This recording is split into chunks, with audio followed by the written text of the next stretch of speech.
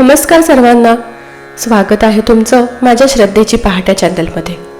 आज आपण काही माहिती जाणून घेण्यासाठी जमलो नाही, तर आपण आपल्याच घरात आपल्याच माणसांसोबत अनुभवलेले काही अत्यंत सुंदर क्षणांना पुन्हा एकदा भेट देणार आहोत.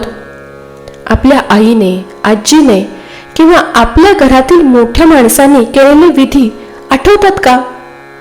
त्यामागं प्रेम होतं, काळजी होती आणि एक सखोल अर्थ होता. तो कदाचित आपल्याला तेव्हा कळला नसेल. आज आपण तोच धागा पकडून आपल्या परंपरांशी नव्याने जोडून घेणार आहोत. प्रत्येक सण उत्सवात, शुभ प्रसंगात किंवा अगदी रोजच्या पूजेमध्ये आपण दिवे ओवाळतो. पण तुम्ही कधी विचार केलाय की देवासमोर ओवाळताना आपण त्याला आरती म्हणतो, तर घरातल्या व्यक्तींना ओवाळताना त्याला आपण औक्षण किंवा कुरवंडी का म्हणतो? या तीनही क्रियांमधील नेमका फरक काय आणि आपल्या संस्कृतीत या सुंदर प्रथांमागे लपलेले सखोल अर्थ काय आहेत? आजच्या व्हिडिओमध्ये आपण याच प्रश्नांची उत्तरे जाणून घेणार आहोत. चला तर मग सुरू करूयात.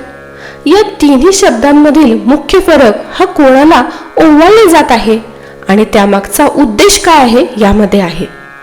एक आहे आरती. मंदिरात किंवा घरी जेव्हा घंटा वाजते तेव्हा नकळत आपले हात जोडले जातात.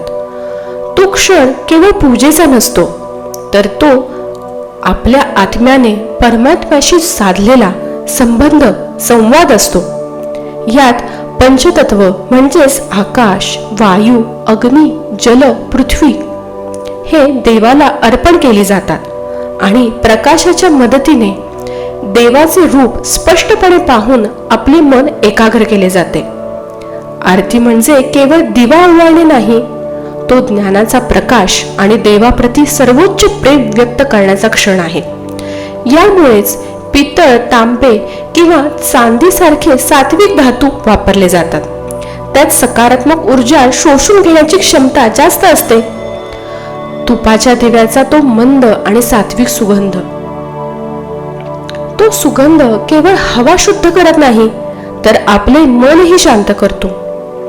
तेलाऐवजी तूप वापरण्यामागे मोठे आरोग्य आणि आध्यात्मिक कारण आहे. कारण तुपाचा दिवा 1 मीटरपेक्षा जास्त अंतरावरील सकारात्मक स्पंदने आकर्षित करून हवा शुद्ध करतो. आपल्या पूर्वजांना हे विज्ञान माहीत होतं, म्हणूनच त्यांनी देवासाठी तूप निवडलं.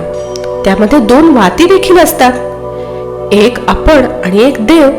आणि तो दिवा फिरवताना आपण देवाच्या प्रत्येक अस्तित्वाला वंदन करतो, अगदी पायापासून मुखापर्यंत, जो नेहमी घड्याळाच्या दिशेने विशिष्ट पद्धतीने फिरवला जातो आणि उच्च स्वरात आरती गायली जाते.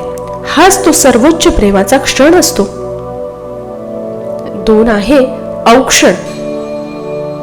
हा शब्द ऐकताच आईचा किंवा बहिणीचा चेहरा समोर येतो नाही का? तिच्या डोळ्यातील काळजी आणि दीर्घायुष्यासाठीचा आशीर्वाद त्या ताटात असतो. मातीचा किंवा लोखंडी दिवा किंवा कणकेचा दिवा का? कारण त्यामागं नम्रता आहे. हे शरीर मातीचं आहे, ही आठवण आहे.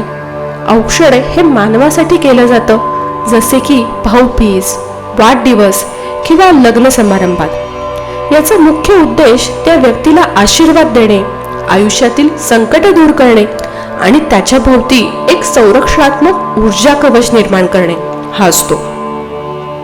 औक्षण करताना तबकात निरांजन, हळदी कुंकू, अक्षता, सुपारी आणि अंगठी वापरली जाते. ती अंगठी आणि सुपारी जेव्हा आपल्या डोक्यावरून फिरते तेव्हा आपल्याला जाणवतं की कोणीतरी आपल्या संरक्षणासाठी मनापासून प्रार्थना करते. हेच ते अदृश्य प्रेमाचं आणि संरक्षणाचं कवच असतं. पुढील आहे कुरवंडी. ही आपल्या माणसांना वाईट नजरेपासून वाचवण्याची एक प्रेमळ धडपड असते. यामध्ये मीठ आणि मोहरीचा वापर केला जातो. हे घरात सहज उपलब्ध होणारे साहित्य, पण जेव्हा ते आपल्या डोक्यावरून फिरवलं जातं आणि घराबाहेर फेकलं जातं तेव्हा एक वेगळाच हलकेपणा जाणवतो. आता मी सुरक्षित आहे ही भावना आपल्याला आपल्या माणसांच्या जवळ नेते.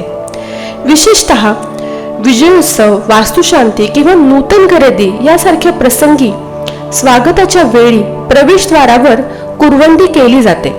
त्यासाठी तबकामध्ये निरांजनाऐवजी लामण दिवा म्हणजेच लोखंडाचे दीपयंत्र, हळदी कुंकू व अक्षता वाहिल्या जातात.